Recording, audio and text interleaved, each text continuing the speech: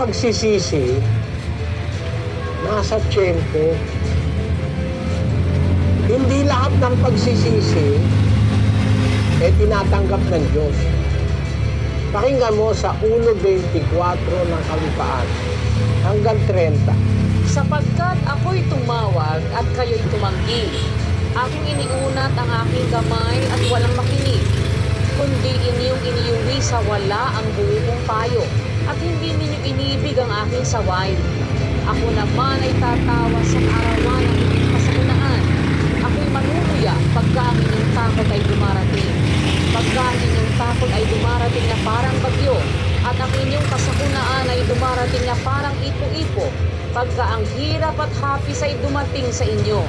Kung magkagayoy, tatawag sila sa akin, ngunit hindi ako sasagot. Hahanapin nila akong masika, ngunit hindi nila ako masusumbungan. Sapagkat kanilang ipinagtanim ang kaalaman at hindi pinili ang takot sa Panginoon. Ayaw sila ng aking payo, kanilang hinamak ang buo kong pagsaway. Kung napapansin mo, kapatid, ang sinasabi ng Diyos sa talata, tumawag ang wika ko, tumanggi kayo. Inunat ko ang aking kamay, ayaw kayong makinig, walang nakikinig. Iniiwi niyo sa wala ang buo kong payo. Hinamak ninyo ang aking pagsaway. Ako naman ang tatawa sa kaarawan ng inyong kasakunaan. Manunuya ako pag ang inyong takot ay dumarating. Pag ang inyong takot ay dumarating na parang bagyo, at ang inyong kasakunaan dumarating na parang ipo-ipo, pag ang hirap at hapis ay dumating sa inyo, kung magkagay tatawag sila sa akin, hindi na ako sasagot. Hahanapin nila akong masikap, hindi nila ako masusuntungan. So kung ang pagsisisi ay gagawain mo, katapos na baliwalain mo yung tawag ng Diyos, kung nauuna ron tinawag ka ng Diyos, naintindihan mo yung kabutihan, naintindihan mo yung aral ng Diyos, naintindihan mo yung kanyang mga katwiran, binaliwala mo, binabayaan mo, tinanggihan mo ang Diyos. Tapos dumating ang panahon na ikaw ngayon ay nagsisisi na, wala nang kwenta yun. Yung magnanakaw, wala siyang naintindihan. Yung ipinako sa krus na kasama ni Kristo, sa buong buhay niya, hindi niya narinig si Kristo. Sa buong buhay niya, wala siyang malay sa aral, basta't nabuhay siyang magnanakaw. Pero bakit siya napatawad? Kasi nung maintindihan niya, nagsisi siya. Ang katotohanan, nung umpisa, dalawa silang nanunudyo kay Kristo Dalawa silang lumilibak kay Kristo nung umpisa. Pero nung mag-aalas 3 na, ilang oras lang kasi sila ron nagbago siya. Napatunayan niya si Kristo nagsasalita ng totoo. Kaya nagbago siya, humingi siya ng tawad kay Kristo. Naging dapat siya sa kanyang pagsisisi. Kasi noon niya lang narinig yung aral ng Diyos, noon lang niya nakita yung totoo. Pero kung halimbawa, pinakita sa iyo ng Diyos yung totoo, narinig yung katwiran, tinanggihan mo, binaliwala mo, hindi mo pinansin, lumipas ang maraming panahon, gumagawa ka pa rin ng mali. Pagkatapos ngayon, nung mamamatay ka na, saka ka magsisisi, ibang usapan na yun, kapatid. Ibang klase na yun. Parang si Esau, no? Si Esau, gumawa siya ng kasalanan sa Diyos.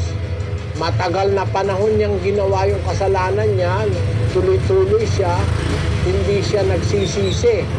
Nung mamamatay na si Isaac na kanyang ama, saka siya nagsisisi. Hindi na siya pinatawad Pakinggan mo sa 12:16 ng Hebreo. Baka magkaroon ng sino mang mapakiapid o mapaglapastangan gaya ni Esau, na sa isang pinggang pagkain ay ipinagbili ang kanyang sariling pagkapanganay, sapagkat nalalaman ninyo na bagamat pagkatapos ay ninanasan niyang magmana ng pagpapala, siya'y itinakwil, sapagkat wala na siyang nasumbungang pagkakataon ng pagsisisi sa kanyang Ama, bagamat pinagsisikapan niyang mapilit na lumuduha. Kahit umiiyak pa siya, hindi na siya nakakita ng pagkakataon ng pagsisisi. Kasi maano siya, mapaglapastangan siya sa aral ng Diyos. Ipinagbili niya yung kanyang pagkapanganay, sabi ni Pablo. So yung pagsisisi ni Esau, walang nagawang mabuti sa kanya yun. Kapatid. Ano po ang ibig kong sabihin? Hindi lahat ng pagsisisi tinatanggap ng Diyos. Pagka nauna pa doon ginawa mo, itinakwil mo ang Diyos. O kaya itinakwil mo yung kanyang aral. Pinaliwala mo, hindi mo pinansin. Pagkabandang huli, magsisi ka man, di ka na magiging bata. Ngayon, yun ang nasa Biblia. Pero kung halimbawa, wala ka namang aral na totoong narinig, may pagkakataon ka sa pagsisisi. Yun ang masasabi ko sa iyo. Ang tinutukoy kong walang pagkakataon sa pagsisisi, yung naliwanagan na, nakakilala na ng aral. Basahin natin sa Hebreo 6:4-6.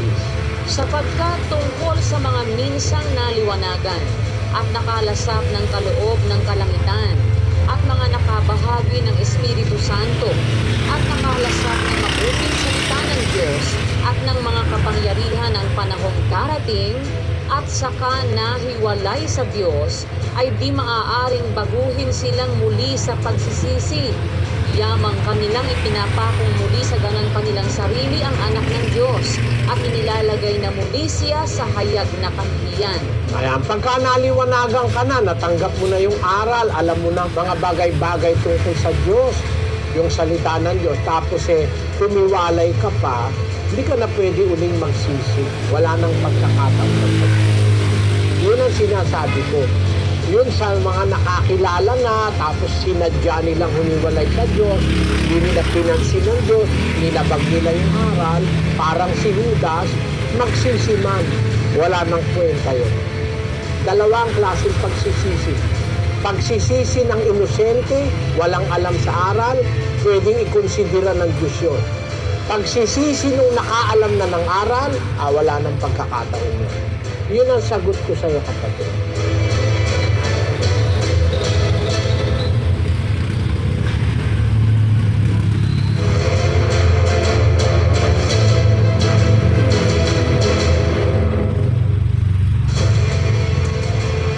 Yung mahirap at saka yung mayaman, pareho nilikha ng Diyos yun. Basahin natin ang Kawikaan 22:2. Ang mayaman at ang dukha ay nagkakasalubong kapwa. Ang Panginoon ang may lalang sa kanilang lahat. Ayon, ang sabi sa Biblia, yung mayaman at ang dukha nagkakasalubong. Ibig sabihin, hindi nagkakahiwalay ang mayaman at mahirap kahit saang area ng society. Kung may mayaman, may mahirap, at yan laging magkaagapay. Yung mayaman, kapitalista, yung mahirap naman ang obrero. Yung mayaman ng boss, ang inuutusan naman ng boss yung mahirap. Ayaw niyang maglinis ng CR niya, mahirap ang maglilinis, babayaran naman niya. So it is a kind of a harmonious relationship in society. Kasi kung puro tayo lahat bilyonaryo, sino magtatrabaho sa kalye? Wala na magtatrabaho sa kalye, wala nang magpupuyat sa mga lansangan ng mga pulis, bilyonaryo naman siya.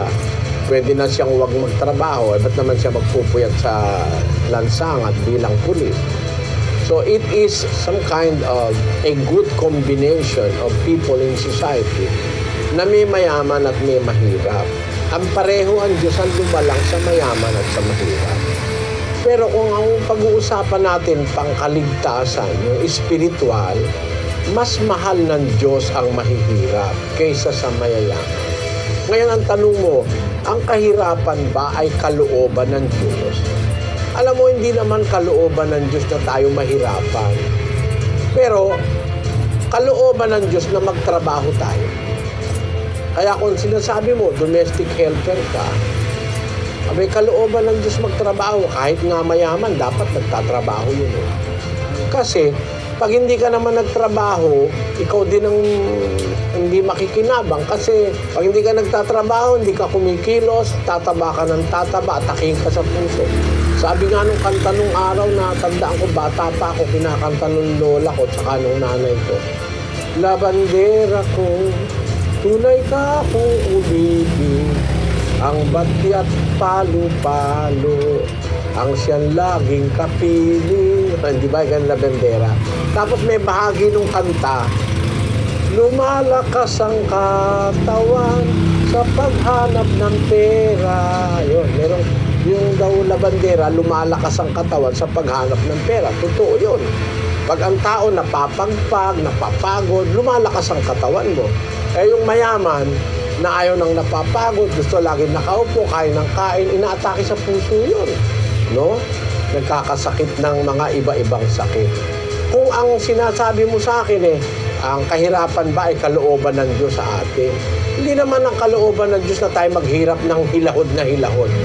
Pero kalooban ng Diyos na tayo magpagod, magpagal, gumawa. Basahin natin ang Efeso Kapitulo 4, versikulo 28. Ang nagnanakaw ay huwag nang magnakaw pa.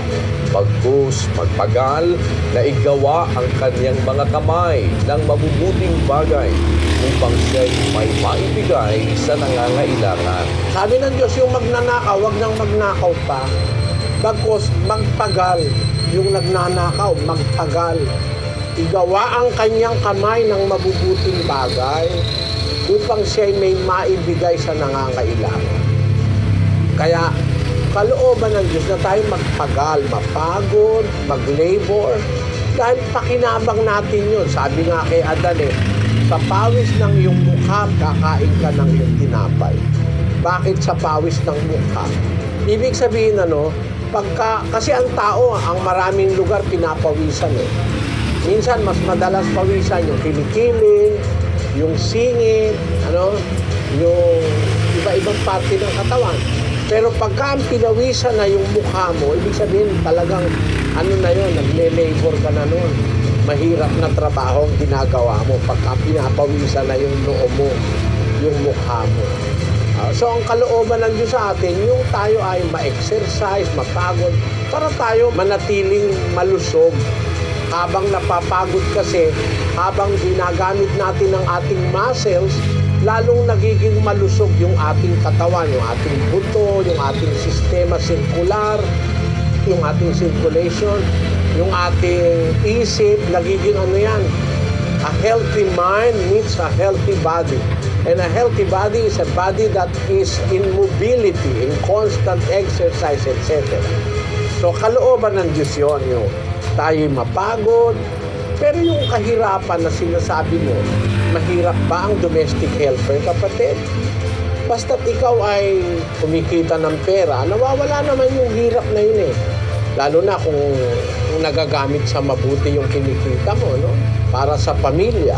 Kaya lang, hindi ko gusto yung nangyayari sa Pilipino dahil aalis ng Pilipinas, pupunta na ibang bansa, tapos pagka nakakita ng ibang babae ron, kakalimutan yung pamilya, iwanan na yung asawa at mga anak, nagkalunyaan na sila, nagbabaihan na sila ron. Yun ang masama lang. Pero yung nahirapan ka dahil pumasok ka ng trabaho, ako napakaray ko ng hirap na sinuong sa buhay, kapatid. Maipakikita ko lang sa iyo yung aking kamay. Yung aking kamay ang saksi na ako maraming kahirapang dinana sa buhay. Nung ako'y nag-uumpisang mangaral ng Ebanghelyo, wala naman kasi akong pera, wala naman akong sweldo.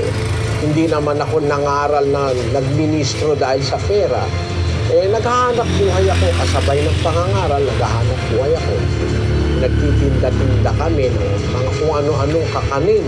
Kaya kami nakaraos ng pangangaral doon sa Guagua, sa awa ng Panginoon. Nagtitinda-tinda kami, alas 4 pa lang ng madaling araw. Nanginili na kami sa palengke. Tapos naghahanda na kami ng aming titinda para alas 8 meron na kaming merienda. Naglagay din ako ng restaurant. Marami akong hirap na dinaanan. At ang sabi naman ng pangako ng Diyos doon sa aklat